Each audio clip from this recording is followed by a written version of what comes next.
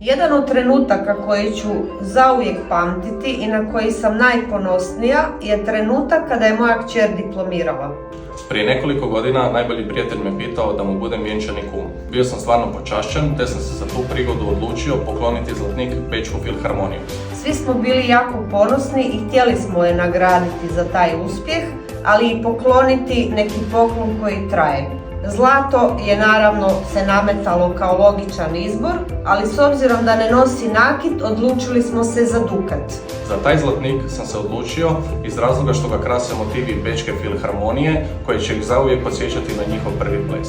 Mislim da je zlato idealan poklon za ovakvu prigodu, osim što mu s godinama raste vrijednost i traje vječno, baš kao i znanje stečeno školovanjem. A osim lijepe simbolike koju poklon nosi, htio sam da u zajednički život zakorače s imovinom koju postepeno mogu nadograđivati i tako štedjeti za budućnost.